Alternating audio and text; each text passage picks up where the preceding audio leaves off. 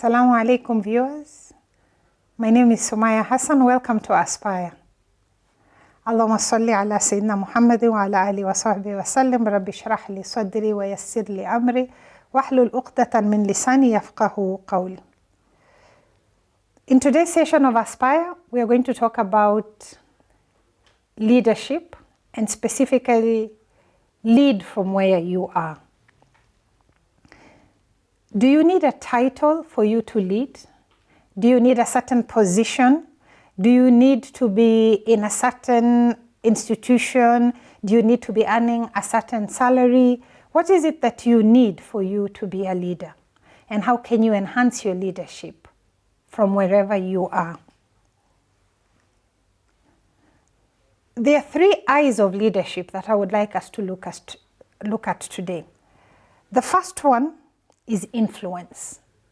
The job of a leader is not to have a big title, but the job of a leader is to influence others. How can you inspire others? How can you help others to rise to their potential? How can you elevate others, those who are working with you, those who are working under you?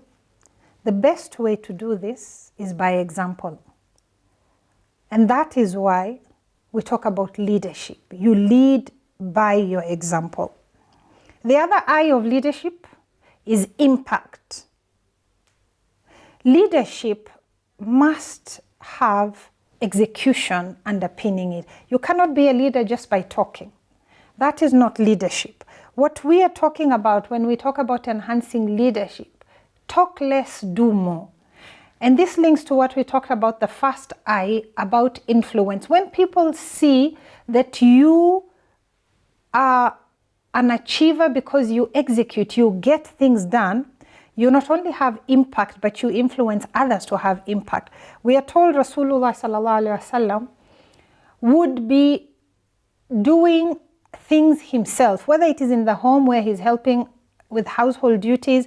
If they were out in the field digging, he was in the trench digging with everybody else. If they were out on the battlefield, Rasulullah was at the front line. So this had tremendous impact because he was a leader that would execute. And this is a very important aspect of leadership, that you have impact because people see that you are able to implement and not just talk.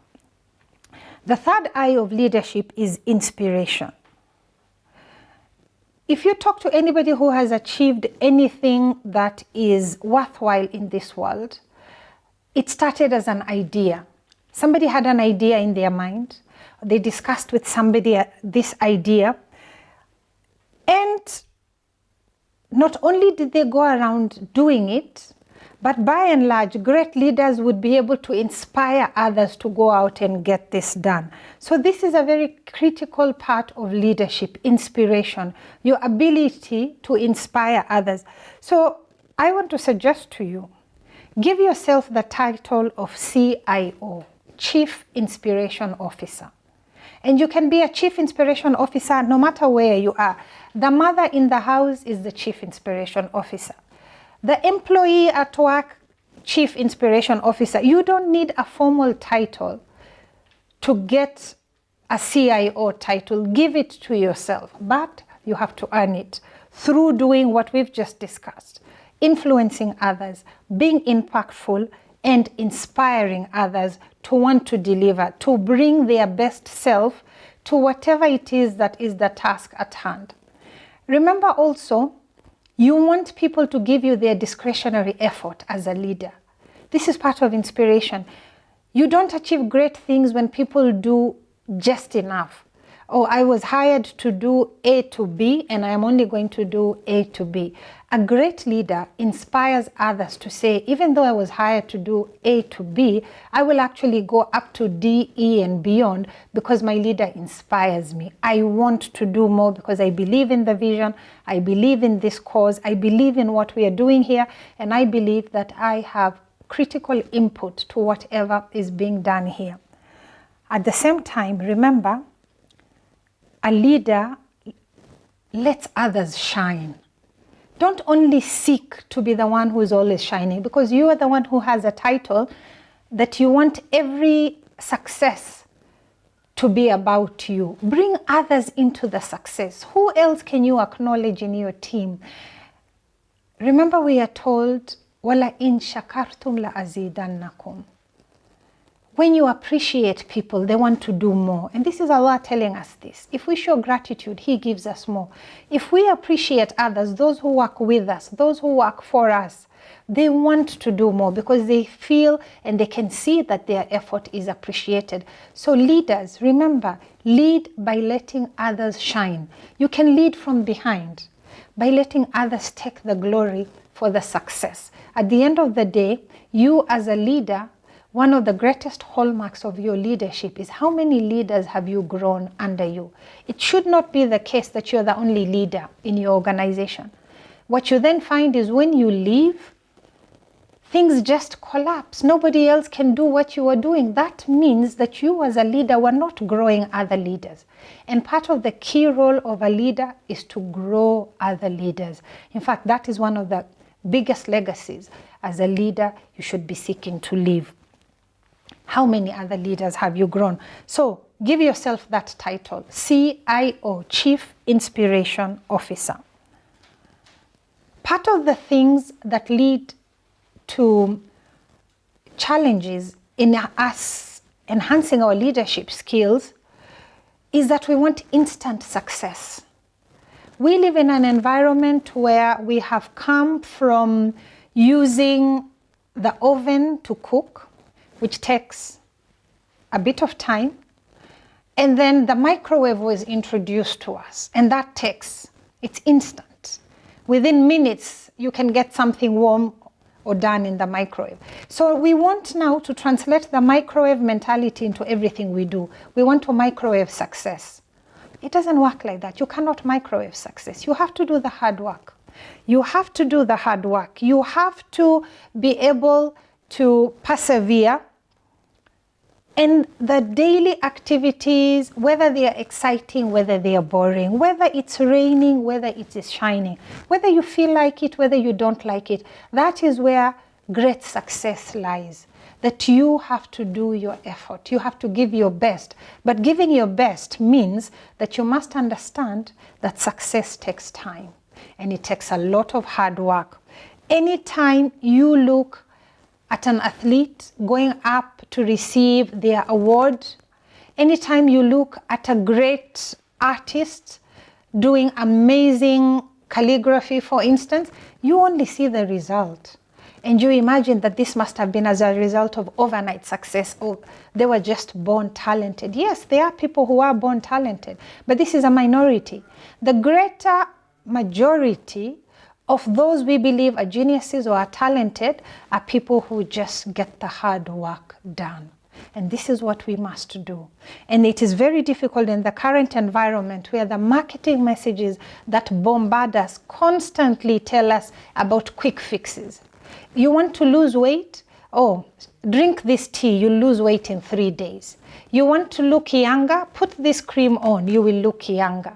You know, it's all about instant success. It doesn't work like that. If you are serious about wanting to lose weight, then you need to do the hard work that will enable you to lose weight. Success is a long and slow process. And if you want to achieve the results, if you want to see and achieve what great achievers in this world have achieved, then you need to understand that you need to be disciplined and you need to be ready to put in the hard work. Islam is a religion of discipline and it is a religion of dignity. We are trained constantly and consistently to keep going. Look, for example, at Ramadan. It's 30 or 29 or 30 days. By the time you've done something continuously for 29 or 30 days, you have built a certain discipline. You have built a certain level of resilience in you that should then enable to help you be disciplined and resilient in many other facets of your life. And then after that, even after the 29 or 30 days, immediately following after that, we have a voluntary 6 days. After that, you can have 2 days a week, Monday, Thursday. So get the hard work done, build that foundation, and then after that, you have the stamina, you have the strength, you have the experience to enable you go and do other things, even in smaller bits now, because you've done the hard work initially. If we look at changes that we want to make in our lives, no matter what that change is, you need to be able to break this down in a way that enables you to keep going at it with commitment, building on the small blocks until you reach your overall goal and achieve the success that you want. So for example, you're trying to encourage your children to read. Are you going to just say, you must read a book? Every month I want you to read a book. Well, that's one way of doing it, and some children may respond very well to that. The other way of doing it is actually to break this down. I would like you to read a book. Better still, I would like us to read a book so that you're reading with them, but break this down. If we're reading a book this month, how many pages a day is that? Every day I want us to read 20 pages. Every day I would like us to read 15 pages. So you break this down in a way that is doable. Somebody can see that, okay, this elephant, it's been broken down into smaller chunks. I can do this. At the same time, I'm very clear about what my overall goal is.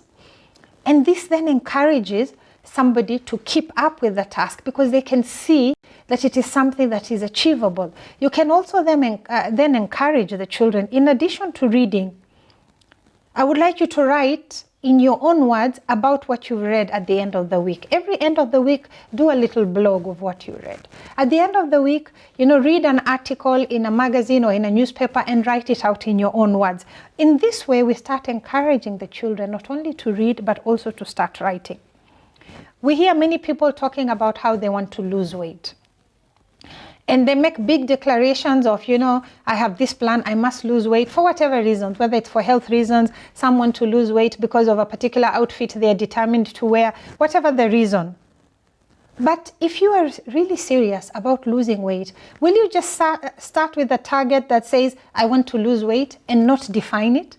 Or will you get more detail into your targets to help you achieve? So for example, if you decide, I have a certain number of kilos that I want to lose, it's always a good idea to know what is your target if you want to lose weight. Now, I want to share something with you. Certain studies, for instance, have indicated how you can convert calories into kilos. What is the measure? So roughly half a kilo is equivalent to 3,500 calories. It's about 0.45 kilos is about 3,500 calories. So if your target is to lose half a kilo a week, what you're looking to do is shave about 500 calories a day. This should be your target. Now, how do you do that? You count your calories. So, for example, an average soda, an average soft drink, has about 150 calories. So if you cut out, if you're big on drinking soft drinks every day or canned drinks, and you reduce one soft drink every day, after 30 days, you will have reduced 4,500 calories. When you multiply that by 12 months, at the end of the year, those are 54,000 calories that you will have reduced, which is roughly about 7 kilos. So instead of just saying, I want to lose 7 kilos this year, break it down. What does that mean in terms of your calorie intake per day? And this then enables you to be very particular, to be focused on tracking, but then you have to be committed. You have to be committed because only then will you start seeing the results coming together at the end of the week. The first week will be very difficult. The second week will start getting easier. The third week will be even easier. But in no time, if you keep this up, you will find that you are actually able to have the necessary commitment, the necessary resilience to follow your targets, to follow through on your goals, and at the end of the day, achieve the success that you've been looking to achieve. one of the things to help us continually enhance our leadership journey is to avoid complacency. Don't be at that place where nothing much is happening, nothing exciting is happening, nothing bad is happening, you're just there. That is a complacent place. So how can we avoid that? Every once in a while, ask yourself, are you green and growing, or are you ripening and rotting? This will help you to understand whether you're being complacent or whether you're pushing yourself to grow to the next level. Remember, Allah subhanahu wa ta'ala loves that we should be consistent even in small deeds. Rather than be a one-hit wonder, you do one big thing and that's it, and then you fizzle out. Allah loves that you take even a small deed, but be consistent at it. And this is what we are talking about. Taking something, being consistent, sharpening our skills, achieving, and then moving on to the next goal. Always seeking to be green and growing. And this tends to have a lot of impact in other aspects of our life. If you remember how you feel when you have been active in your exercise program, all of a sudden you start feeling much more energized. You hear people talking like this when they have been consistent with their exercise routine.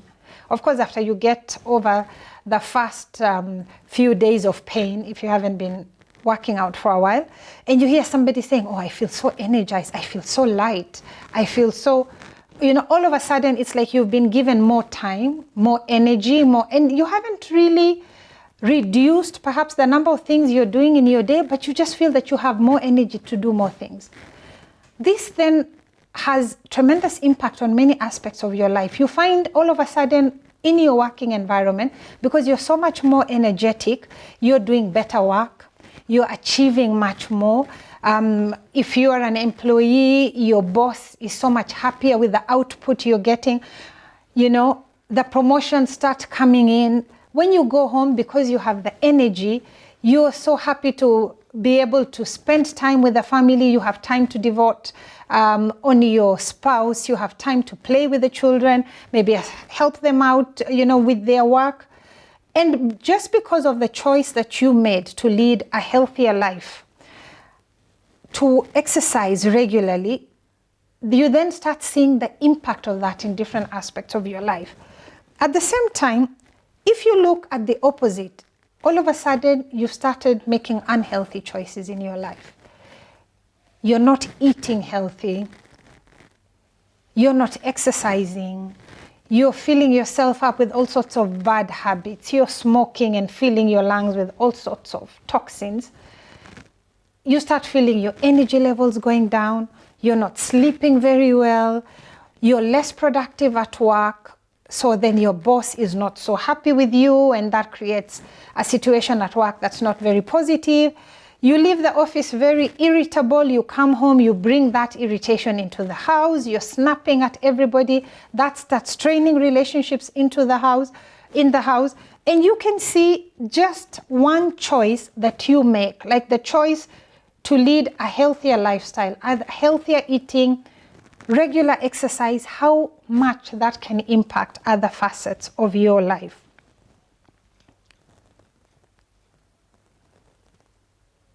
We need to be careful, especially when we do achieve the success that we are seeking in any situation, that success doesn't make us complacent. There are people who are complacent even before they achieve. They are just complacent because they can't be bothered to take the positive steps to do what they need to change their own life for the better. There are other people, however, they get the hard work done, they achieve the success, and then they become complacent. So for example, You may have been going to a restaurant or a hairdresser that was giving you tremendous service, and you kept going back because of that. And then they reached a certain level of success, and all of a sudden the service just became terrible. Remember the saying that nothing fails like success. We need to watch out for that as leaders. Don't let your success be now the reason for your failure, because you've become complacent. The things that got you to that level where you succeeded, you need to not only continue doing them, you need to build up on them. You need to continue to enhance. You need to keep delighting your customer. Don't start mistreating your customers just because you have achieved a certain level of success.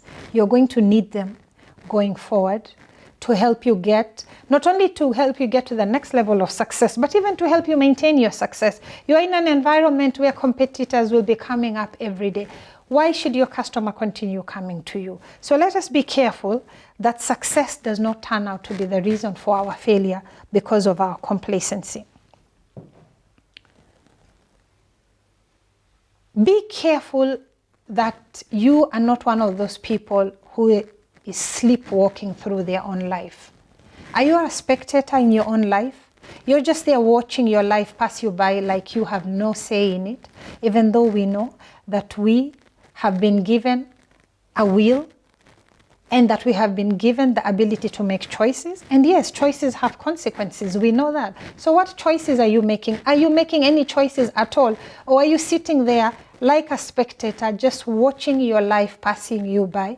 You're on autopilot in your own life. You cannot be on autopilot in your own life. You have to be in the field of your own life. You have to be playing. You have to be leading. But this requires you to be an active participant in your own life. To help us to do this, remember, it is the smaller things in life that get you. Hardly will you get involved in an accident with an elephant. How many times in your life will you be hit by an elephant? But how many times can you be bitten by a mosquito? Normally it is the small things that get us.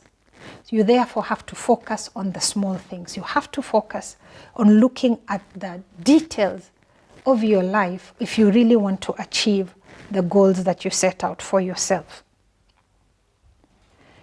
One of the critical things to help us to do this is to take 100% responsibility for our choices and the consequences thereof.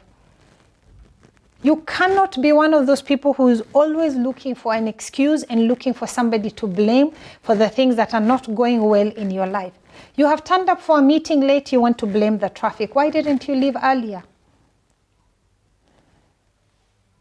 You want to acquire some particular book for your child that they require for their school, and you go the last minute when everybody else has bought and you say, oh, the bookshop ran out of books. Why didn't you go earlier? At the end of the day, if we are serious about enhancing our leadership, if we are serious about achieving the type of goals that we want to set for ourselves, then we must take 100% responsibility for our choices and for our consequences.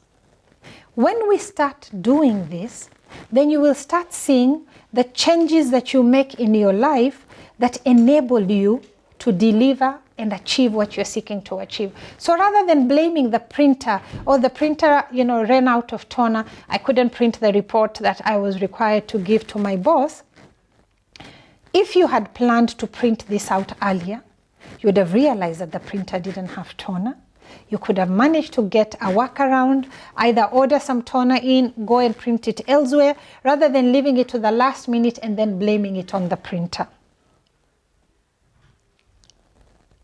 Remember, the people that we describe as lucky in this life. What does it mean to be lucky? Luck is actually a mixture of preparation, attitude, opportunity, and action. it is said that the more I prepare, the luckier I get. What does that mean?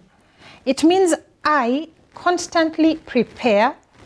I'm constantly sharpening my skills. I'm constantly seeking to grow myself so that when Allah sends the opportunity my way, I am ready for it. But if you don't do that, if you're not working on you, even when Allah sends you all these opportunities, you're not able to leverage them because you haven't been preparing yourself to take advantage of those opportunities. We cannot expect the success that we want for ourselves if we are not going to get involved in the detail of that. And one of the things to help us do this is to increase our awareness. Whatever it is that you want to change. Earlier we spoke about losing weight, so we can use that example. If you really are serious about wanting to lose weight, you have to be extremely conscious of everything that you put in your mouth. If you found yourself in a situation that you are in a lot of debt and you want to get out of debt, what are some of the things you can do to help you achieve that particular goal? So whether it is weight loss, whether it is saving money, whether it is getting out of debt, one of the most critical things that you need to do is to track. You need to track every single thing that impacts on that goal. So if, for example, you are tracking weight loss, every single day for 21 to 30 days, not less than 21, because it is said after 21 days, a habit has formed strong enough that you can actually maintain it. Write it down. Open a new page, whether it is on your tab or your phone. If you still prefer to do physical writing, you can do that. Fresh page, give it today's date and write. Every single thing that you eat, write it down. This will be very difficult for the first week. After the first week, you will start seeing, these are the choices I'm making as far as eating is concerned, and this is where my weight is coming from. Maybe you're doing a lot of comfort eating and you have not realized it. Maybe it's the amount of sugar you're taking, and you'll hear somebody saying, oh, but I don't eat much during the day. Yes, but you drink 10 cups of tea with how many teaspoons of sugar in each cup? When you start tracking it, you'll start seeing those small things that you need to change that will actually make that difference. If you are trying to save money, or you're trying to get out of debt, write down every single expense that you make. Every time you spend money, write it down. And do this consistently every day for at least 3 weeks. And then you'll start seeing where really is your money going. That will enable you to make the choices that you need to make to save more, to reduce the expenses that are unnecessary in your life, and to start achieving those goals. If you look at any star athletes and you look at how their coaches work with them, they are masters at tracking. They track everything, every detail of the workout, every calorie that goes into the bodies of the athlete. They track every single thing. Why? Because if you track it, then you can measure it. Tracking will help you to get back on track, so that if you lose your way, and every once in a while we will lose our way, but at least then you know where you lost your way. Yesterday I did this, whereas my routine has been that this is how I do it. And that helps you to get back on track. So to help us track, and track in a way that is beneficial to us achieving our goals, start by tracking just one habit a week. If you try and track too many things, it will overwhelm you initially. Track just one habit a week and choose the one that is most critical to the success of whatever you're trying to achieve. Once you have got a good hold over that, then you can add another habit. So if initially what you're tracking is what you're eating, track just that. Once you've got a good hold of that, then you can move to now tracking your exercise, for instance. But make sure you track it faithfully, track it every day for at least 21 days, And then you will start seeing a pattern.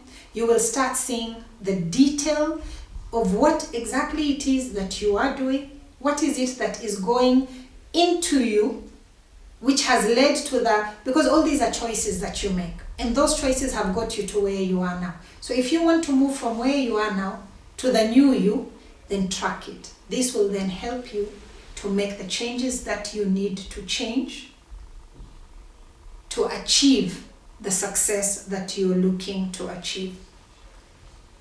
Finally, remember, it is always the detail that catches us. If you look at a competition, look at a sprint, the person winning the race doesn't normally win by 5 meters or 10 meters. It's normally by a foot or by a nose, by a head. It's just that little bit that can be the difference between winning and not winning. And this doesn't mean that that person ran 10 times faster, no. But when you look at the detail that goes into pushing themselves to be able to get there just a few inches ahead of the next person who is also very good, then you see that really success is in the details. And this is why we need to track it. At the end of the day, we are told that if an aeroplane, while it is on the ground, is just 1 degree off course, just one, it probably will end up more than 100 miles from where it initially was planning to go. That is the power of details. And that is why, as we seek to enhance our leadership, we are saying, regardless of where you are right now, lead from where you are. And part of that is in being very keen in tracking the details. Once you track it, you can measure it, you can change it, you can enhance it, and you can grow it. Having said all that, wabillahi tawfiq, assalamu alaikum wa rahmatullahi wa barakatuh.